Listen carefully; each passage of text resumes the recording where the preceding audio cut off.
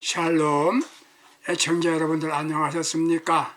오늘은 마태복음 3장 13절에서 17절을 본문으로 세례 받으셨습니까? 이렇게 살아야 합니다. 세례 받으셨습니까? 이렇게 살아야 합니다. 이런 주제로 말씀을 드리겠습니다. 신앙생활 하는 여러분들은 세례 혹은 침례를 받았을 겁니다. 혹 받지 않았다면 세례 받으세요. 아니, 이미 세례받은 분들은 세례교인다운 삶을 살아가시라고 부탁드리고 싶습니다. 세례는 무엇입니까? 질문하는 분이 계실 겁니다. 고상한 의미로 설명한다면 불신자가 예수 그리스도를 믿음으로 거듭나 제사함 받고 구원받고 의롭게 되어 하나님의 자녀와 언약 백성으로 된 사실을 하나님과 구원받은 공동체 앞에서 회중에게 확증하는 성례전이다라고 말을 합니다. 구약에는 세례가 없었습니다. 선민의 증표로 남자는 출생과 함께 8일 만에 할례를 받음으로 선민이라는 확증을 갖게 되었습니다. 유대교에서는 개종의식으로 종교적 정화를 위하여 행한 겁니다. 로울리라고 하는 사람은 이런 얘기를 했습니다. 개종의식의 세례는 단지 의식적인 정화 행위로서가 아니라 근본적으로 영적인 요소를 갖추고 있다고 말하였습니다. 세례가 초대교회에서는 공동체에 가입하는 상징으로 물을 사용했습니다. 신약에서 맨 처음 언급한 세례는 요한의 세례입니다. 죄를 용서받기 위하여 회개의 세례로 요약됩니다. 즉 제사함 받은 증거였습니다. 죄를 용서하기 위한 회개의 세례로 요약됩니다. 즉 제사함 받은 증거였지요. 요즘은 정식 교인으로 가입되는 순서이고 하나의 예식이라고 쉽게 생각합니다. 세례받아야 정식 교인으로 인정받죠. 세례받은 방법을 세 가지로 말할 수가 있습니다. 첫째는 침례법입니다. 물에 잠기는 겁니다. 둘째는 관수법입니다. 머리에 물을 붓는 겁니다.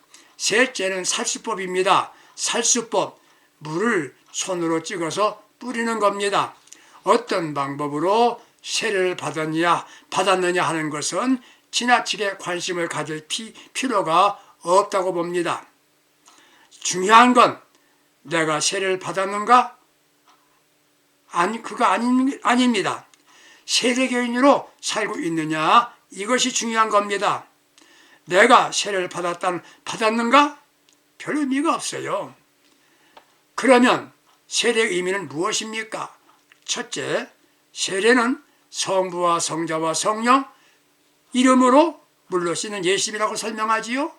세례는 동질화 한다는 겁니다. 그리스도와 함께 죽었고 그의 부활과 함께 살았다는 의미가 되는 겁니다. 로마서 6장 3절에 무릇 그리스도와 합하여 세례를 받은 우리는 그의 죽으심과 세례를 받은 줄을 알지 못하는가? 바울이 한 말입니다. 두 번째 의미는 예수의 부활과 함께 살았다는 부활의 의미가 있습니다. 골로새서 2장 13절에 또 범죄와 육체의 무할례로 죽었던 너희를 하나님이 그와 함께 살리시고 우리의 모든 죄를 사하시고 라고 하였습니다. 로마서 6장 4절에 그러므로 우리가 그의 죽으심과 합하여 세례받음으로 그와 함께 장사되었나니 이는 아버지의 영광으로 말미암아 그리스도를 죽은 자 가운데서 살리심과 같이 우리도 또한 새 생명 가운데서 행하게 하려 하심이라고 하였습니다. 세례의 세 번째 의미는 일치의 의미입니다. 즉 하나님과 함께 한다는 일치의 의미가 있는 겁니다. 요한복음 15장 2절에 예수는 포도나무요 우리는 가지니 주님과 붙임받음을 의미하는 것이 세례라고 얘기할 수가 있습니다. 그러면 오늘 본문에 나와 있는 예수님께서는 왜 세례를 받으셨나요? 예수님의 세례 받으셨나요? 예수님께서 세례 받으시려고 요단강에 내려오셨습니다. 세례 요한이 깜짝 놀랐습니다. 요한은 예수님께 대하여 말할 때에 마태복음 3장 11절에서 그는 성령으로 세례를 베푸실 것이라 자신은 그분의 신발을 풀어주는 일하기에도 부족한 사람이라고 했었죠. 그때 예수님께서 이렇게 말씀합니다. 허락하라 하십니다. 우리가 이같이 행하여 모든 의를 이루는 것이 합당하다. 세례 요한은 예수님께 세례를 베풀었습니다. 왜 예수님께서 세례 받으셨을까요? 첫째는 예수님께서 세례 받으신 것은 인간 되심을 의미합니다. 세례는 하나됨이라고 말씀드렸습니다. 즉 세례는 동일화, 동질화 한다는 뜻이지요. 신자가 세례 받을 때 나는 예수와 합하여 죽었다는 것을 선언하는 겁니다. 예수께서 세례 받으심이 뭡니까? 예수님께서는 하나님과 본체시지요. 하나님 되심을 포기하고 인간 되신다는 의미를 표현해 준 것입니다. 세례의 의미는 함께라는 개념이 있습니다. 물속에 들어갈 때 예수와 함께 죽었다는 것입니다. 그래서 선교학자 랄프 원터는 세례의 의미를 설명하기 위해서 이런 제안을 한 적이 있었습니다.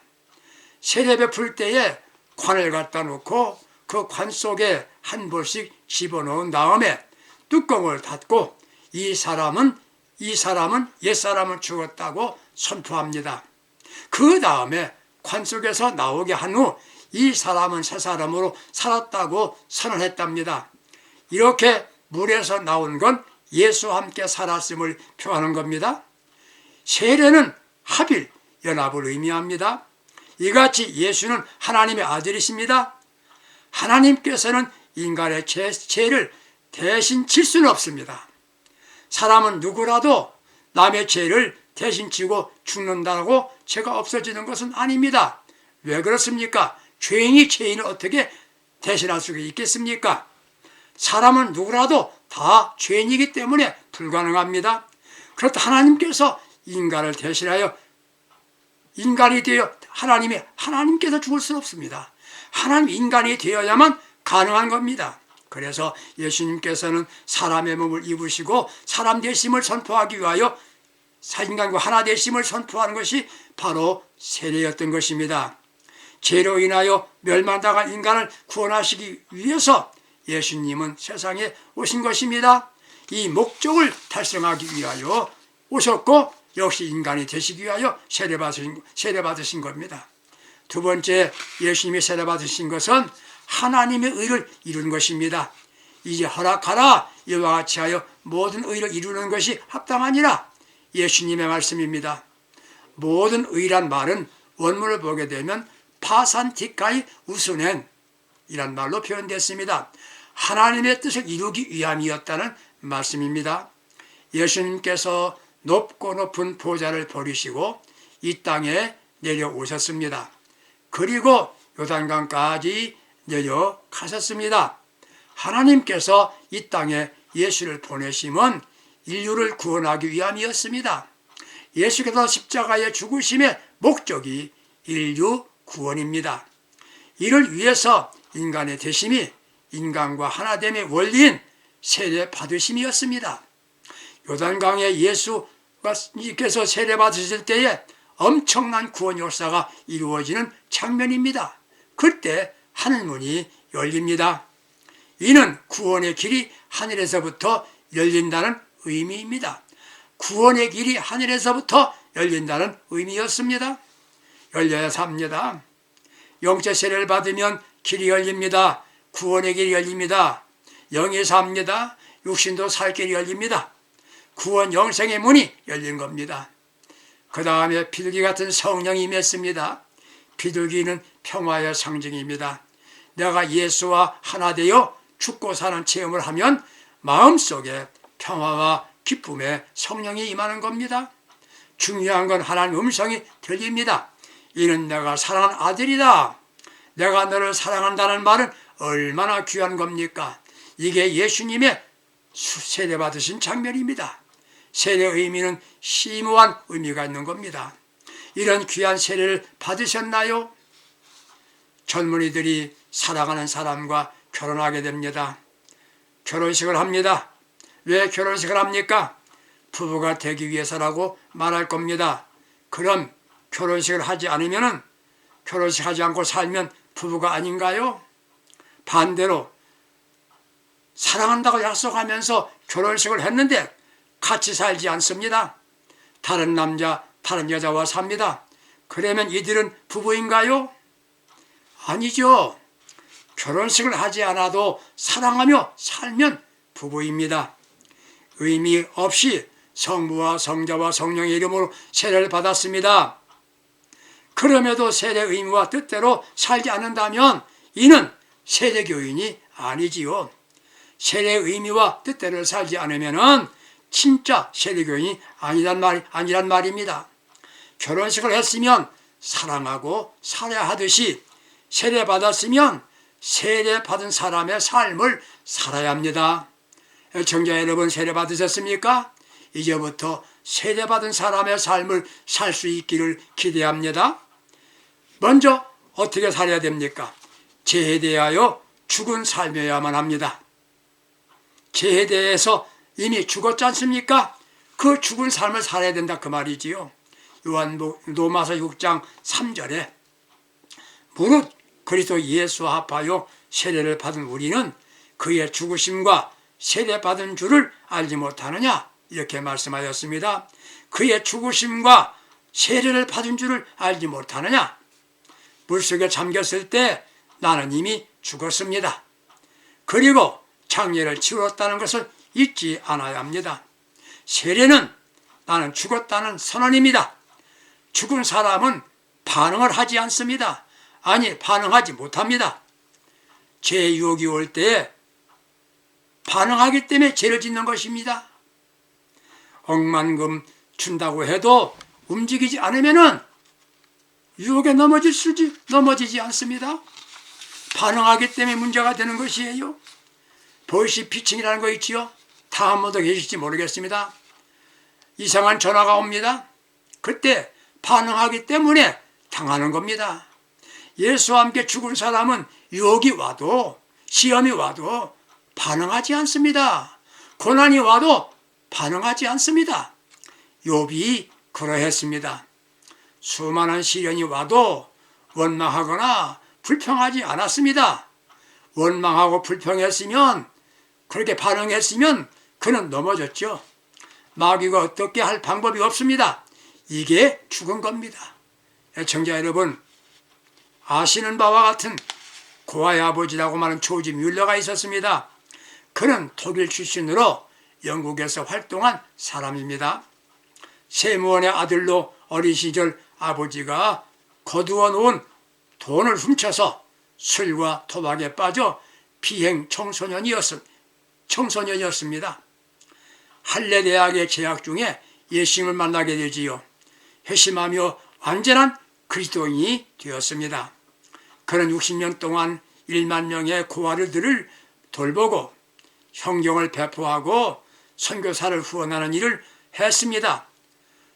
교통이 불편한 19세기 그 시절에 세계 42개국을 순회하며 복음을 전했습니다. 이걸 보고 감동을 받은 이가 물었습니다. 선생님은 어떻게 이 같은 놀라운 사역과 승리의 삶을 살게 되었습니까? 조지 밀러는 대답하기를, 내가 죽은 날이 있었습니다. 내가 죽은 날이 있었습니다. 완전히 죽은 날입니다. 그날부터 이 세상에 평판이 좋아지는 것, 하고 싶어진 것, 원망, 이런 것에 대하여 죽었고 그것에 대하여 조금도 개의치 않게 되었지요. 또한 이 세상의 칭찬과 비난에 또 심지어 가까운 친구나 가족들의 칭찬이나 비난에도 완전히 죽었었습니다. 그런 이후 하나님께 칭찬받을 일만 관심을 가졌었습니다. 그가 성공적인 삶을 산 것은 예수님과 함께 세례받으면서 자신이 죽었기 때문입니다. 세례받았습니까? 그러면 죽었어야지요. 화난다, 분해서 참을 수 없다, 할 말이 많다면 죽은 것이 아니지 않습니까? 세례받은 사람들은 자존심이라는 교만도 다 죽은 겁니다. 부부간에도 상대가 나를 무시할 것 같으면 참지 못합니다. 당신이 뭔데 날 무시해? 그럽니다. 그게 부부싸움의 원인입니다. 부모가 자녀를 사랑합니다. 부모가 자녀에게 하는 말은 그들을 잘되라고 하는 말입니다. 그들도 압니다. 그러나 조금이라도 자존심 상하는 말을 하면 자식들도 가만히 있지 않습니다. 자존심을 죽여야 합니다. 사업이 실패하는 것보다 두려운 게 아무개는 사업이 망했다, 이 소문이 두렵다는 겁니다. 몸이 아픈 여인이 병이 문제가 아니라 병들었다는 소문이 날까 걱정된답니다. 이게 자존심이지요. 세례받았는데 죽지 않았기 때문입니다. 죽어야 합니다. 아직 옛사람이 죽지 않아서 그럽니다. 그렇다고 죽어 지내는 것 아닙니다. 가진 것이 없고 갈 곳이 없는 여인이 자기를 안아주면 동생집에 가 지냅니다. 시간이 가면 동생은 물론 그 가족이 자신을 하대합니다. 할 말을 못합니다. 대꾸도 안 합니다. 이건 죽어 지내는 거죠. 이런 게 아니라 자신이 예수와 함께 죽었다면 반대 현상이어야 합니다. 죽었다는 것은 모든 것을 잊는 겁니다. 잊어버리는 겁니다. 의식이 없다는 말이지요. 자신이 마음대로 살려고 하지 않습니다. 자신이 무엇을 선택하고 결정하지 못합니다. 이게 죽은 겁니다.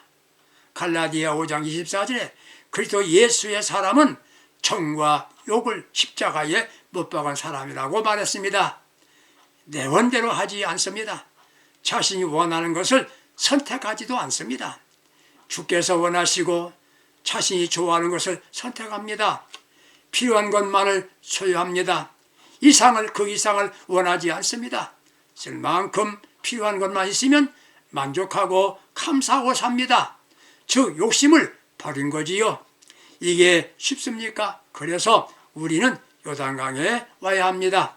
주님과 함께 죽는 예수의 십자가의 앞에 나와야 합니다. 바울이 한 말입니다. 그는 이렇게 말합니다. 나는 날마다 죽노라.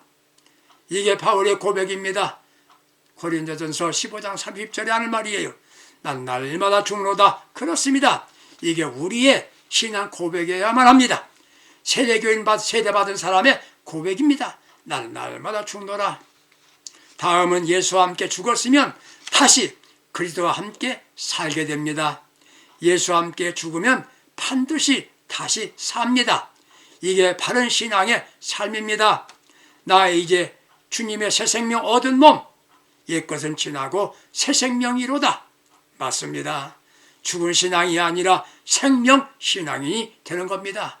죽은 신앙이 아니라 생명 신앙인이 되는 겁니다. 주님과 함께 살았습니다. 이제부터 내 마음대로 사는 게 아니라 주님이 원하시는 대로 사는 겁니다. 내가 앞서지 않습니다. 주님이 가시면 나도 가고 주님이 머무는 곳에 나도 머물게 됩니다. 예수가 죽으신 곳에서 나도 죽습니다. 주께서 가시는 대로 가기 때문에 걱정이나 고민할 이유가 전혀 없습니다. 그게 아버지의 뜻대로 사는 겁니다. 주님이 가시는 곳은 어디입니까? 천국입니다. 우리는 예수님 가시는 대로 가게 되면 그대로 천국에 가는 겁니다. 이런 신앙이 바로 순교자의 신앙이었습니다. 예수 믿는다면서 자기 마음대로 사는 이들이 얼마나 많습니까? 자신의 권력, 재력으로 성공한 것 같이 생각하며 살다가 마지막 죽음의 순간에 왜 두렵고 불안하게 그리고 얼굴이 새카맣게 되어서 죽음을 맞게 됩니까? 그 순간 영원한 형벌의 지옥이 보이기 때문입니다. 죽음의 순간에 마지막이 보이기 때문에 그런 거예요. 주님과 함께 죽고 다시 산 신앙인은 현실의 자리에서 소유에 관심을 갖지 않습니다. 그리고 형식에 관심이 없습니다. 의미를 소중하게 여깁니다. 결혼식이 중요한 게 아니라 결혼 생활이 더 중요한 것 같이 침례받았다, 약시 세례받았다, 유아 세례받았다, 나도 모르는 가 세례받았다. 그건 소중한 것이 아니에요. 어떤 분은 다시 세례받아야 된다고 생각하는 분도 계신지 모르겠어요. 그보다 세례의 의미대로 살아하는 것을 기억하시기 바랍니다. 예수와 함께 죽고 다시 살았다는 의미, 예수와 일체가 됨을 기억하며 육은 죽고 영이 사는, 그리고 주님 만날 때 영원한 천국의 축복을 받는 믿음의 사람들이 될 수 있기를 주님의 이름으로 축복합니다. 하나님 아버지, 우리가 예수의 이름으로 세례받았습니다. 주님과 함께 죽고 다시 주님과 함께 살았습니다. 주님 끝까지 따라가다가 천국에서 주님 만나는 복된 신앙인들 다 될 수 있도록 은혜 허락하여 주옵소서. 예수님의 이름으로 기도합니다. 아멘. 사랑하신 여러분들, 세례받고 세례교인다운 삶을 살아서 축복된 삶을 살 수 있기를 예수님의 이름으로 축복합니다. 감사합니다. 승리합시다.